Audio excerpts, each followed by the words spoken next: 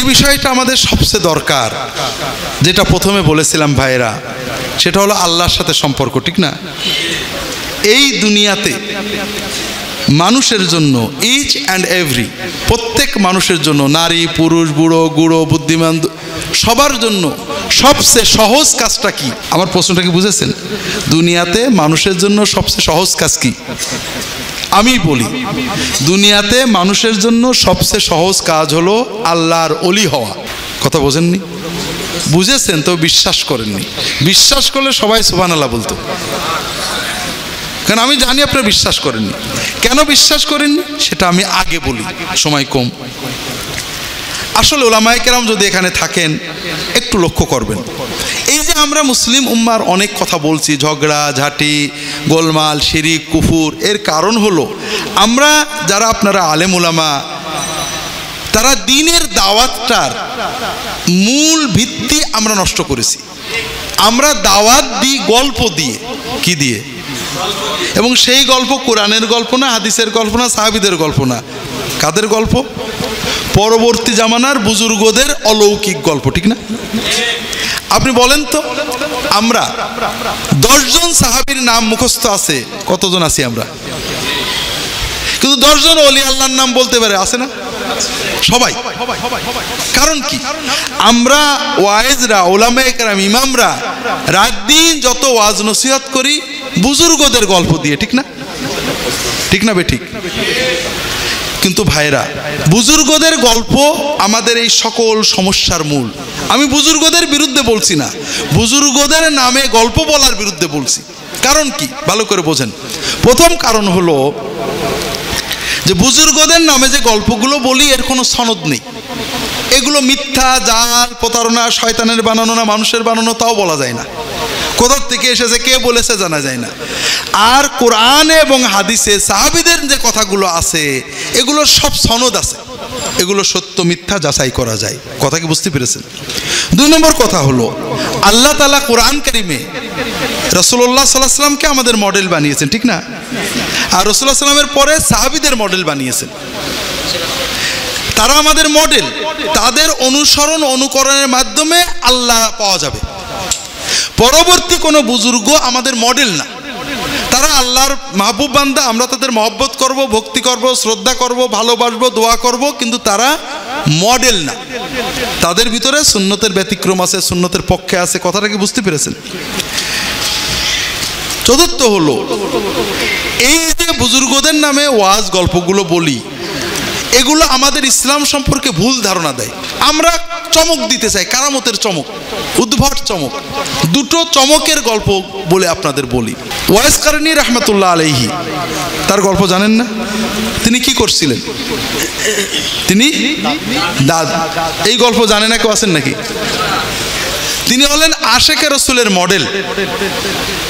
সত্যিকারের আশেক হতে হলে কি করতে হয়?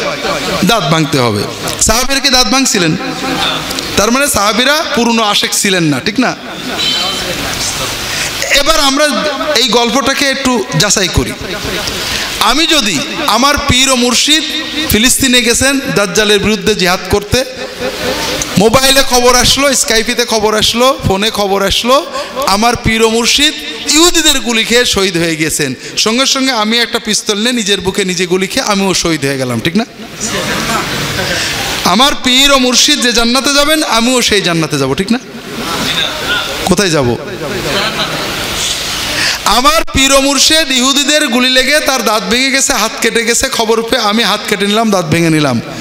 পীর ও মুর্শিদের শত্রুর গুলিতে আহত হয়ে যে সওয়াব পেয়েছে, আমি নিজের গুলিতে আহত হয়েও সেই সওয়াব পাবো, ঠিক না? কি পাবো? গুনাহ, হারাম। সচেতনভাবে কেউ যদি এটা করে হারাম, আর বেহুশে করলে গুনাহও নেই, সওয়াবও নেই। এই গল্পটা জাল, মিথ্যা।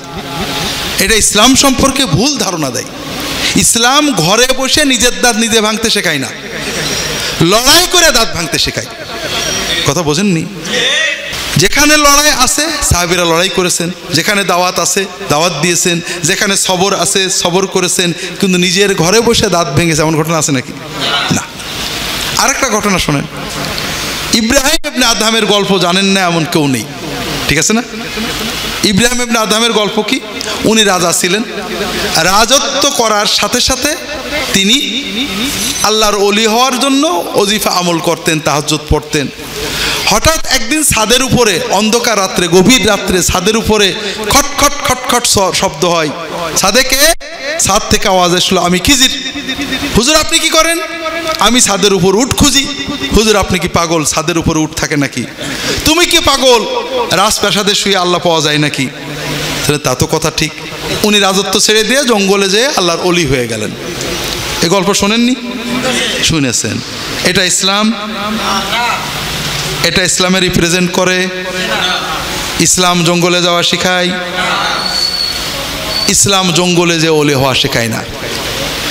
ইসলাম শেখায় বাড়ি থাকবে, বউয়ের গাল শুনবে, বউয়ের রাগ হজম করবে, বাচ্চার কোনো কষ্ট করবে, লাঙল চষবে, মাঠে যাবে, চাষ করবে, রিক্সা চালাবে, মানুষের ভালো কথা বলবে, মানুষের গাল শুনে সবর করবে।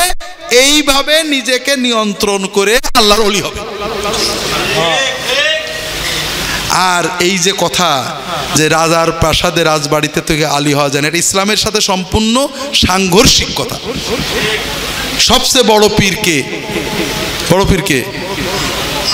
হ্যাঁ, মাশাআল্লাহ মাশাআল্লাহ। পীর মানে মুর্শিদ, হাদি, মানবতার শ্রেষ্ঠ হাদি মুর্শিদ মুহাম্মদ সাল্লাল্লাহু আলাইহি ওয়াসাল্লাম। আর নবীর পরে বড় পীর, বড় হাদি, বড় ওলি সাহাবায়ে কেরাম, বিশেষ করে খুলাফায়ে রাশেদিন, ঠিক না? সেই বড় ওলি যারা ছিলেন তারা কি রাজবাড়িতে রাজপ্রাসাদ থেকে ছিলেন না জঙ্গলে থেকে? খুব ভালো করে বুঝুন। সারা রাত তাহাজ্জুদ পড়ে সারাদিন রোজা রেখে যে সওয়াব হবে, একটা মাজলুমকে জুলুম থেকে বাঁচায়ে, একটা বেদনার্তকে তার চোখের ব্যথা মুছিয়ে দিয়ে, মনের কষ্ট দূর করে, একজন অসহায়কে সাহায্য করে, একজন বিনা চিকিৎসায় মারা যাচ্ছিল তার চিকিৎসার ব্যবস্থা করলে, সারা রাত তাহাজ্জুদ পড়া, সারাদিন নফল রোজা থাকার চেয়ে বেশি সওয়াব হবে।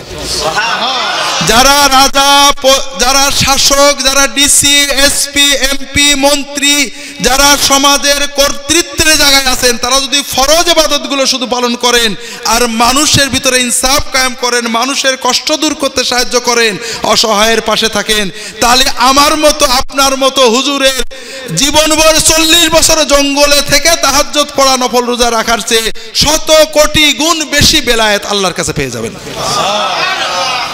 কাজেই ভাইরা, এই মিথ্যা গল্পগুলো আমাদের সামনে বুঝিয়েছে যে আল্লাহর ওলি হওয়া বড় কঠিন। কথা বোঝেননি? এখন আমরা আল্লাহর ওলি হওয়ার চিন্তা বাদ দিছি, ওলি চিনে চিনে সালাম দিয়ে দোয়া নেওয়ার চিন্তায় আছি। আল্লাহ তাআলা সবাইকে তৌফিক দান করুন, আমিন।